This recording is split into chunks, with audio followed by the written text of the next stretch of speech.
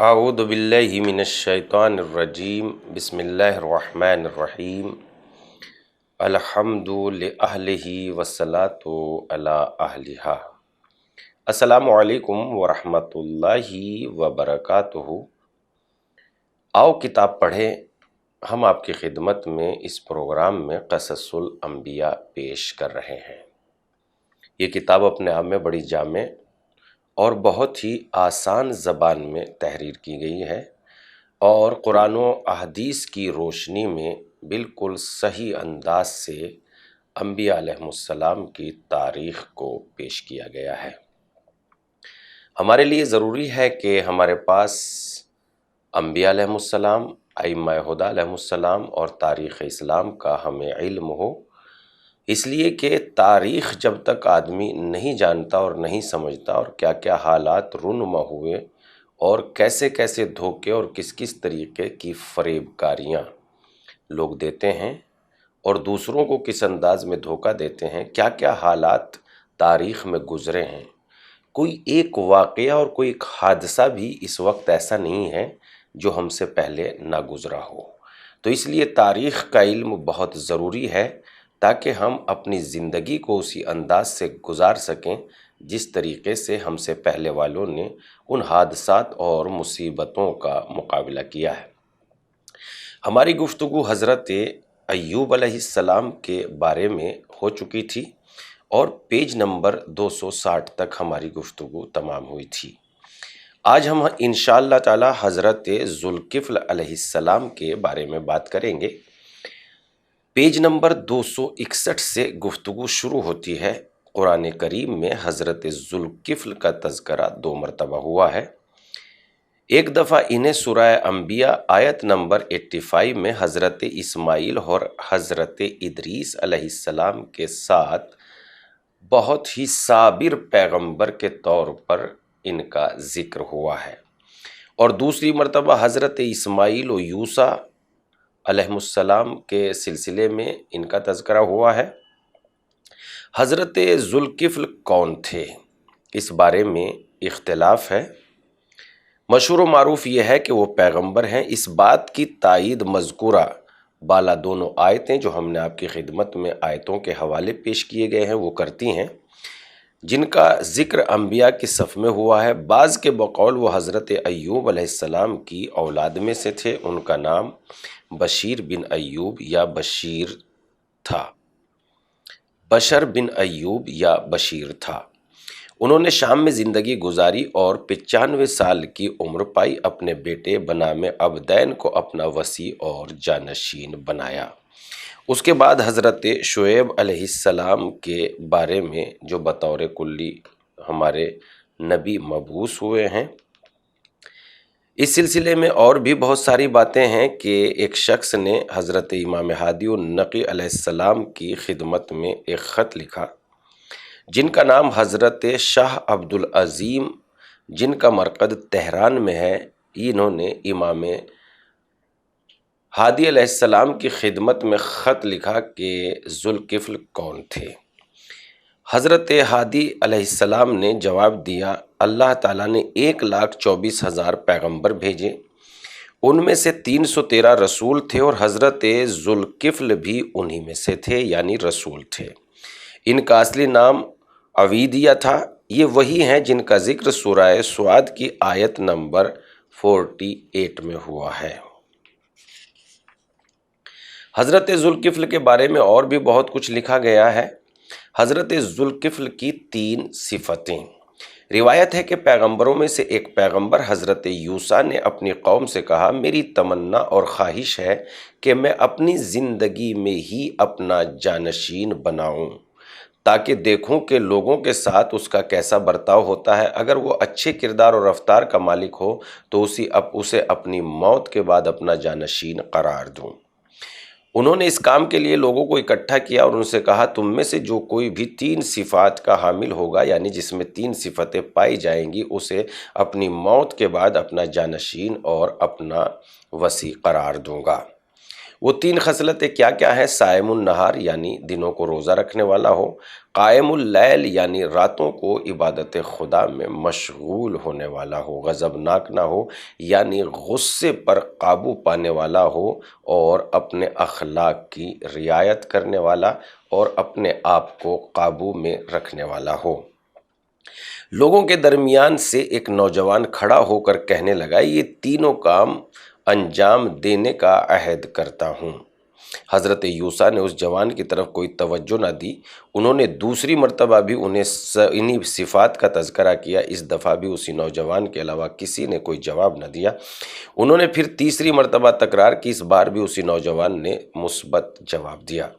حضرت یوسیٰ نے اسی نوجوان کو اپنا وصی اور جانشین بنایا، اور اللہ نے بھی انہیں پیغمبری کے عہدے سے نوازا۔ وہ نوجوان یہی ذوالکفل ہیں کہ انہیں مذکورہ 3 صفات کے حامل ہونے کی بنا پر ذوالکفل کہا جاتا ہے۔ موت بھی ایک نعمت ہے۔ معروف محدث ثعلبی کتاب الاعراس میں نقل کرتے ہیں کہ ذوالکفل کا نام بشیر بن ایوب تھا۔ اللہ تعالیٰ نے ان کے پدر بزرگوار حضرت ایوب علیہ السلام کے بعد روم کے لوگوں کی ہدایت کے لیے انہیں پیغمبری پر مبعوث فرمایا۔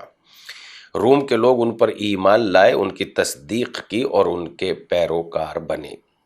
اس کے بعد اللہ تعالیٰ کی طرف سے حکم جہاد صادر ہوا، اور حضرت ذوالکفل نے یہ فرمان خدا لوگوں تک پہنچایا۔ لوگوں نے جہاد پر جانے سے سستی اور کاہلی کی، اور ذوالکفل کے پاس آ کر کہا، ہمیں زندگی سے پیار ہے اور ہم موت سے نفرت کرتے ہیں۔ اس کے باوجود ہم اچھا نہیں سمجھتے کہ ہم خدا اور اس کے رسول کی نافرمانی کریں۔ اگر خدا کی بارگاہ میں دعا کریں کہ ہمیں طولانی عمر دے اور موت کو ہم سے اس وقت تک دور رکھے جب تک ہم خود نہ مانگے، تو اس صورت میں ہم خدا کی عبادت بھی کریں گے اور اس کے دشمنوں سے جنگ بھی کریں گے۔ ذوالکفل نے کہا، آپ لوگوں نے بہت بڑا مطالبہ کیا ہے اور مجھے گوناگون زحمتوں میں پریشان یعنی زحمتوں میں ڈال دیا ہے۔ یہ کلمات ادا کرنے کے بعد اٹھے، نماز پڑھی اور دعا کے لیے ہاتھ اٹھا کر عرض کیا، خدایا آپ نے مجھے حکم دیا ہے کہ میں آپ کے دشمنوں سے جہاد کروں، لیکن تو جانتا ہے کہ میرے اختیار میں صرف میری جان ہے، جبکہ میری قوم نے مجھے سے ایک درخواست کی ہے جسے تو جانتا ہے۔ دوسروں کی گناہ کی وجہ سے مجھے سزا نہ دیجیے گا، میں تیری بارگاہ کی پناہ چاہتا ہوں۔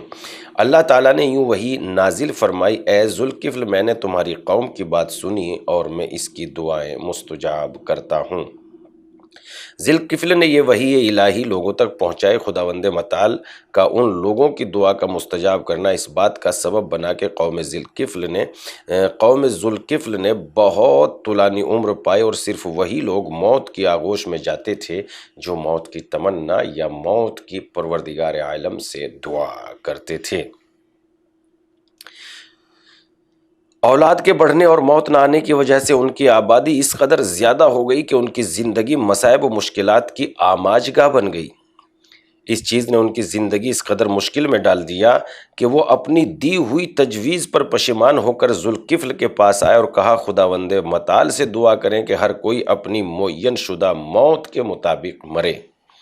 خداوند کریم نے ذوالکفل پر وحی نازل فرمائی، کیا تمہاری قوم یہ نہیں جانتی کہ جو کچھ میں نے ان کے لیے منتخب کیا ہے، ان کے لیے چاہا ہے، وہ سب سے بہتر ہے، واقعاً لا ریب، اس سے کہیں بہتر ہے جس کا وہ خود انتخاب کرتے ہیں۔ اس کے بعد ان لوگوں کی عمریں ان کے اجل کے مطابق قرار دیں۔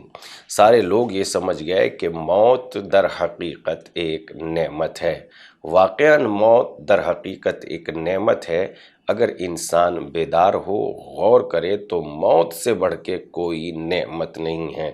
اس لیے کہ اگر انسان نے نیک اعمال کیے ہیں تو اس کو جو آخرت میں ملے گا اس کا اندازہ بھی نہیں کیا جا سکتا، اور اس بات کو جاننے کے لیے موت کے بعد قبر میں کیا ہوگا پروگرام ہم نے آپ کی خدمت میں پیش کیا ہے، اس کو دیکھتے رہیے گا۔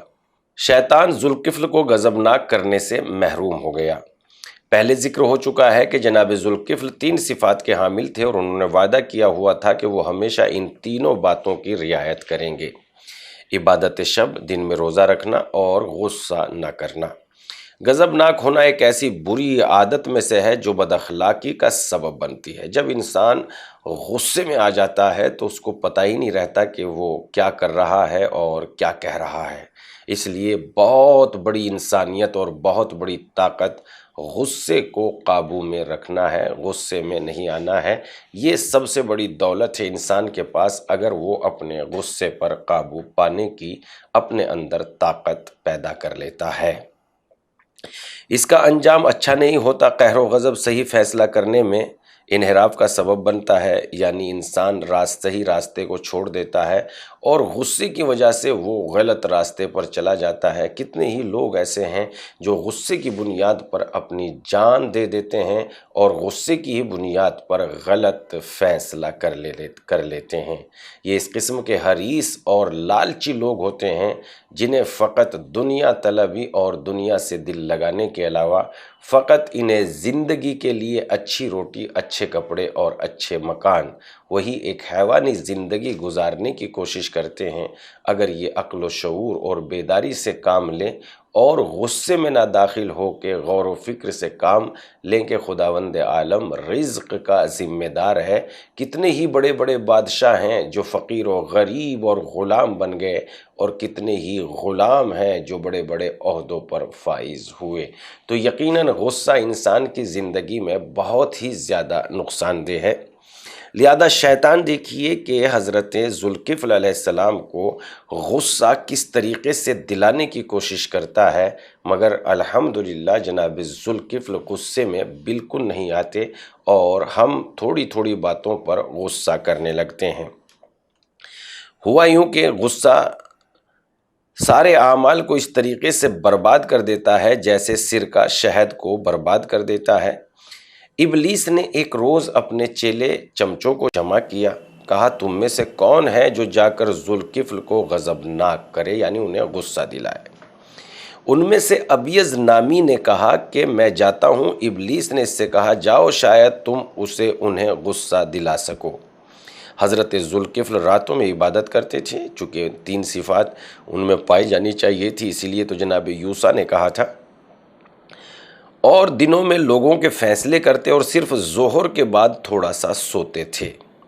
جناب ذوالکفل اپنے معمول کے مطابق بعد الظہر سونے کی نیت سے اپنے بستر پر لیٹے ہی تھے کہ اچانک ابیض ان کے دروازے پر آ کر فریاد کرتا ہے مجھ پر ظلم ہوا ہے، مجھ پر ظلم ہوا ہے، میری مدد کرو۔ ذوالکفل بستر سے اٹھ کر دروازے پر آئے اور اس سے کہا کہ جاؤ اس شخص کو یہاں پر لے کر آؤ تاکہ میں اس سے تمہارا حق لے لوں۔ ابیض نے کہا وہ یہاں پر نہیں آتا، میں اس وقت تک نہیں جاؤں گا جب تک مجھے میرا حق نہ مل جائے۔ جناب ذوالکفل نے ابیض کو اپنی انگوٹھی دی اور فرمایا جس نے تمہارے اوپر ظلم کیا ہے اسے یہ میری انگوٹھی دکھا کر یہاں لے آؤ۔ ابیض نے انگوٹھی لی اور وہاں سے چلا گیا۔ اگلے دن پھر دوپہر کو سونے کے وقت پریشانی کے عالم میں جناب ذوالکفل کے دروازے پر آیا اور فریاد کی میں مظلوم ہوں، میں مظلوم ہوں، مجھ پر ظلم ہوا ہے، میری مدد کرو، میری مدد کرو۔ جس نے مجھ پر ظلم کیا ہے اس نے آپ کی انگوٹھی کی بھی کوئی پرواہ نہیں کی ہے جناب ذوالکفل علیہ السلام، اور وہ یہاں پر آنے کے لیے تیار نہیں ہیں۔ جناب ذوالکفل علیہ السلام کا خادم ابیض کے پاس آیا اور کہا کہ افسوس ہے تجھ پر، ابھی چلے جاؤ تاکہ وہ کچھ دیر کے لیے سو جائیں، کیونکہ وہ نہ رات کو سوتے ہیں اور نہ ہی گزشتہ دن سوئے تھے، اس لیے کہ تم نے انہیں جگا دیا تھا۔ ابیض نے کہا میں مظلوم ہوں، جب تک وہ میرا حق نہیں دلاتے میں انہیں سونے نہیں دوں گا۔ خادم نے سارا واقعہ جناب ذوالکفل کے سامنے بیان کیا۔ انہوں نے اس شخص کے نام ایک خط لکھا جس نے ابیض پر ظلم کیا تھا۔ خط کے آخر میں اپنی مہر لگائی، خادم کو دیا تاکہ وہ ابیض تک پہنچائے۔ خادم نے وہ خط ابیض کو دیا، ابیض نے خط لیا اور وہاں سے چلا گیا۔ پھر وہ تیسرے دن بھی اسی روز جب جناب ذوالکفل علیہ السلام کے آرام کا وقت تھا اسی روز آیا، اور پھر نیند کے وقت جناب ذوالکفل کے دروازے پر آ کر فریاد کرنے لگا میرے اوپر ظلم ہوا ہے، میں مظلوم ہوں، میری مدد کرو، میری مدد کرو۔ جناب ذوالکفل تھکے ماندے اپنے بستر سے اٹھے اور ابیض کے پاس آئے اور انتہائی بردباری اور احترام و آرام سے اس کا ہاتھ پکڑا اور کہا اس ظالم کے پاس چلتے ہیں تاکہ اس سے تمہارا حق لیا جائے۔